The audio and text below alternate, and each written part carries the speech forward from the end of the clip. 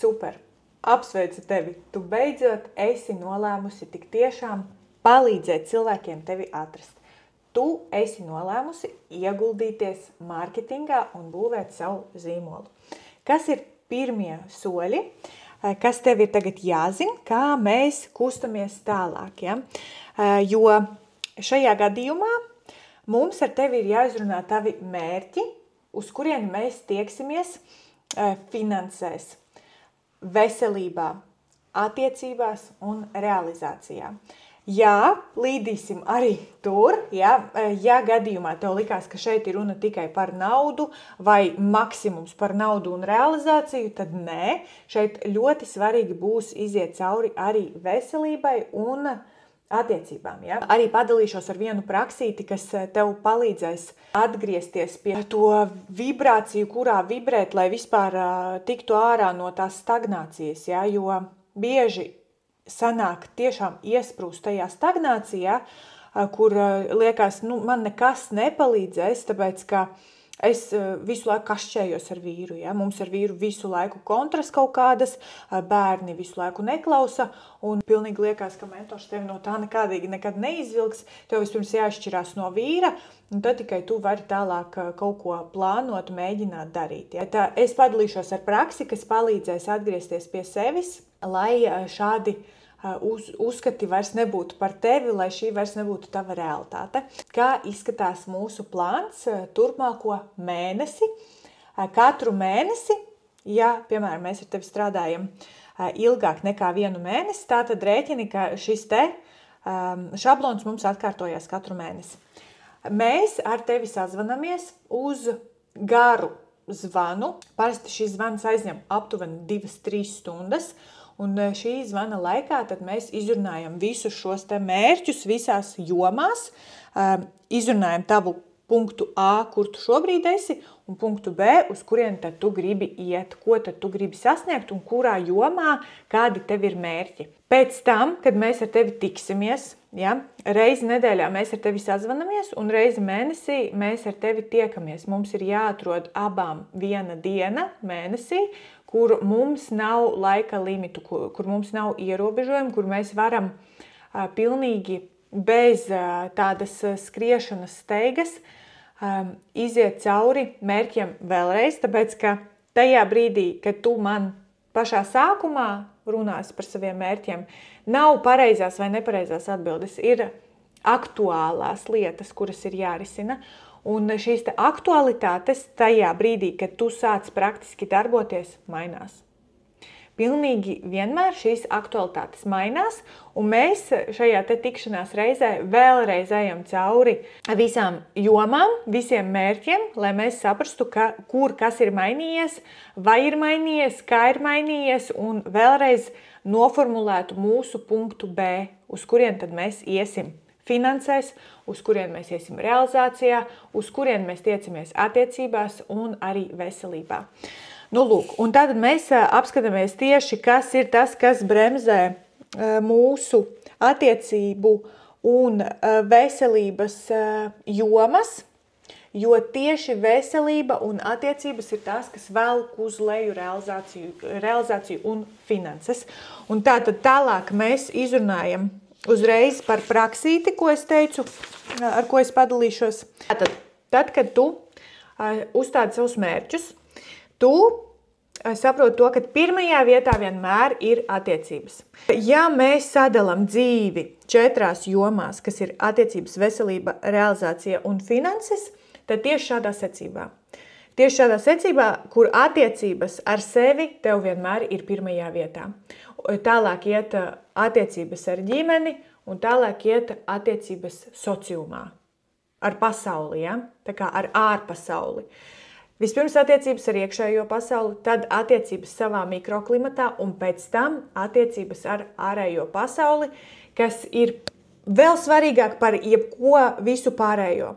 Un kamēr tu šeit vēl esi bardakā, kamēr tu neesi sakārtojis attiecības ne ar sevi, ne ar savu ģimeni, ar tuvākajiem, kur un kā tu ceri sakārtot attiecības ar savu auditoriju, lai auditorija no tevis pērk?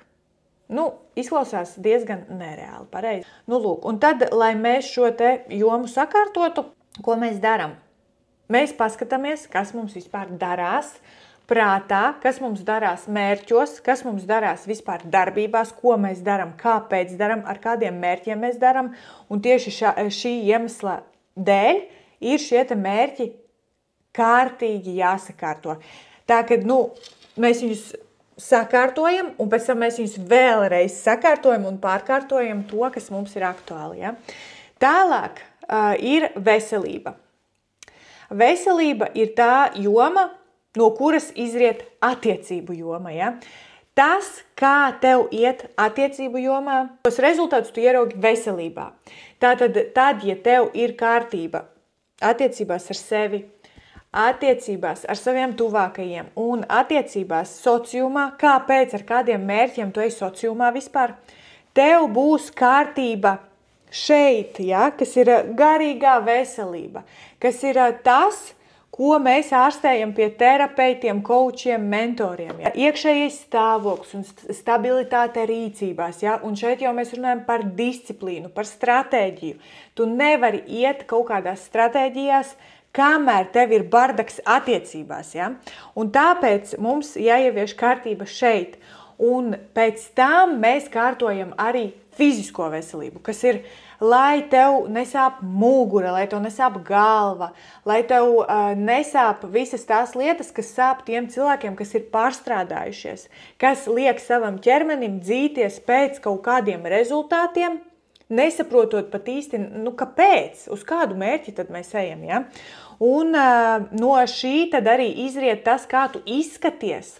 Vai tev ir liekais svars, vai tev nav liekais svars, vai tev ir laiks sakārtot to, kā tu izskaties, uzlikt kaut vai minimālu make-upu, ja? Vai tev tam ir laiks vai nē.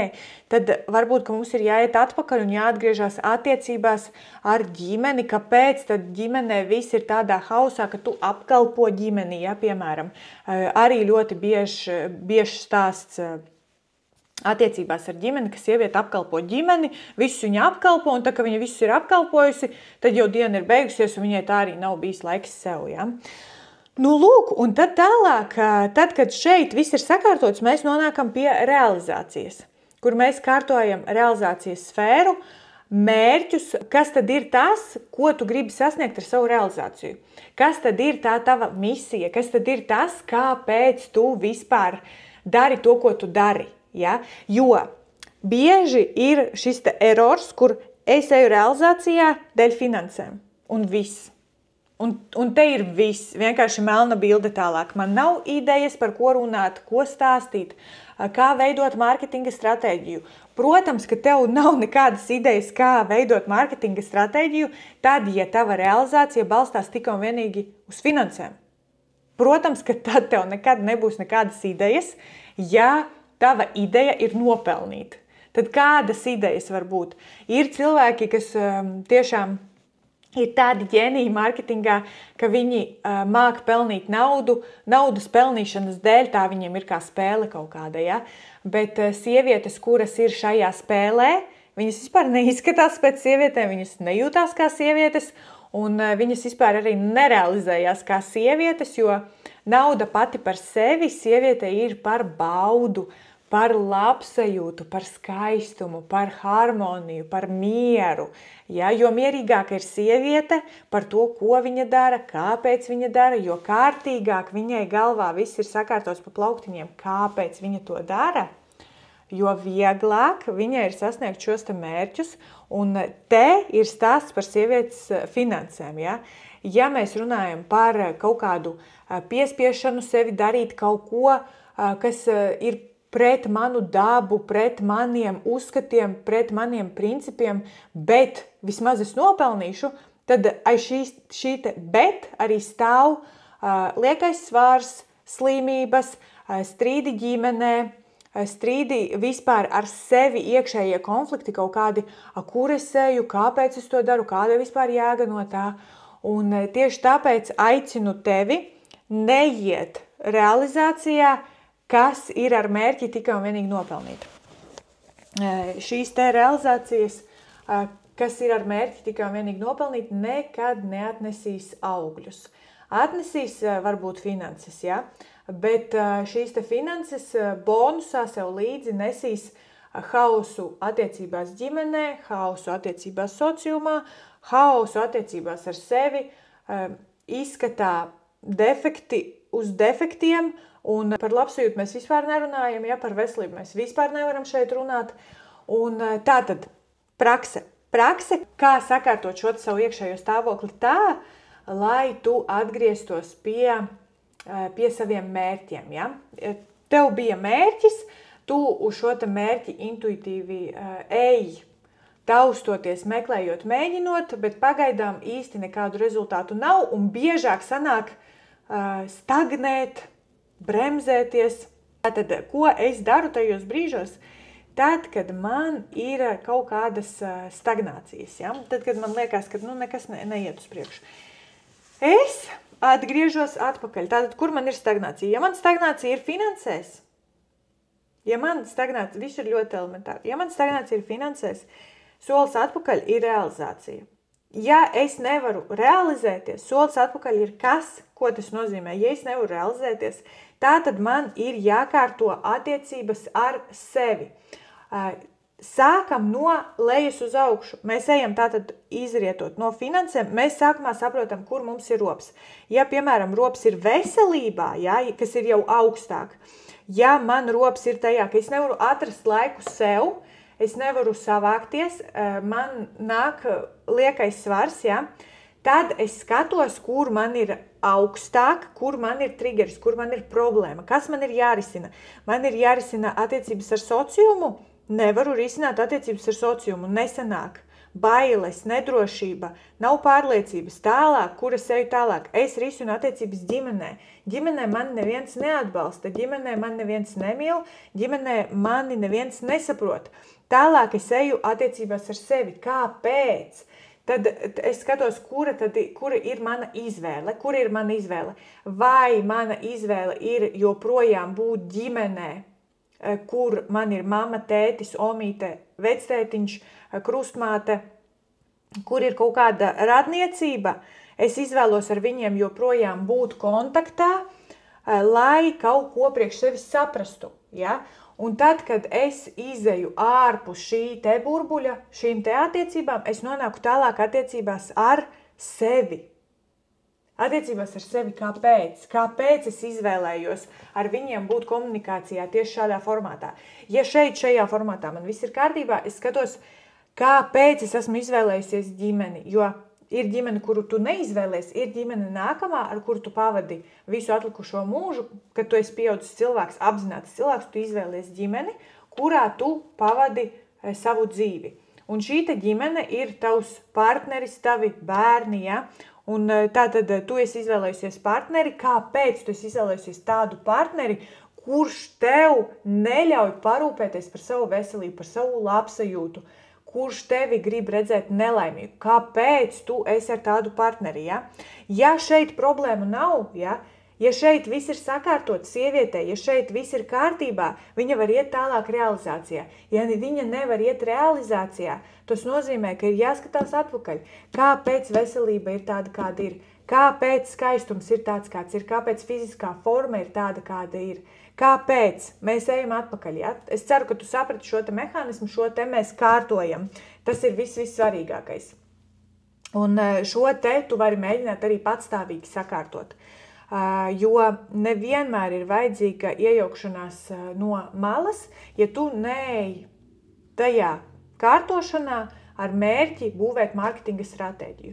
Bet ja mēs runājam par mērķi būvēt mārketinga stratēģiju, tad es kā mentors atvēlu tev vienu dienu nedēļā, mēneša garumā, ja, vienu dienu nedēļā, kur es esmu pieejama tev zvanā, mēs ar tevi sazvanamies, mēs ar tevi izrunājam mērķus, mēs izrunājam izejas punktu un mērķus nedēļai, ja, un tā katru nedēļu, un vienu reizi mēnesī mēs rezervējam veselu dienu, kuras laikā tad vai nu es dodos pie tevis, vai nu tu dodies pie manis, vai mēs tiekamies kaut kādā neitrālā teritorijā, vai mēs tiekamies pie tevis darbā, vai mēs tiekamies kaut kādā izvēlētā vietā, kur mēs abas vienojamies, ka mēs filmēsim saturu, mēs runāsim par īstajiem mērķiem, mēs runāsim par īstajiem risinājumiem un būvēsim stratēģiju tā, lai mēs varētu sasniegt šos te mērķus, kas mums ir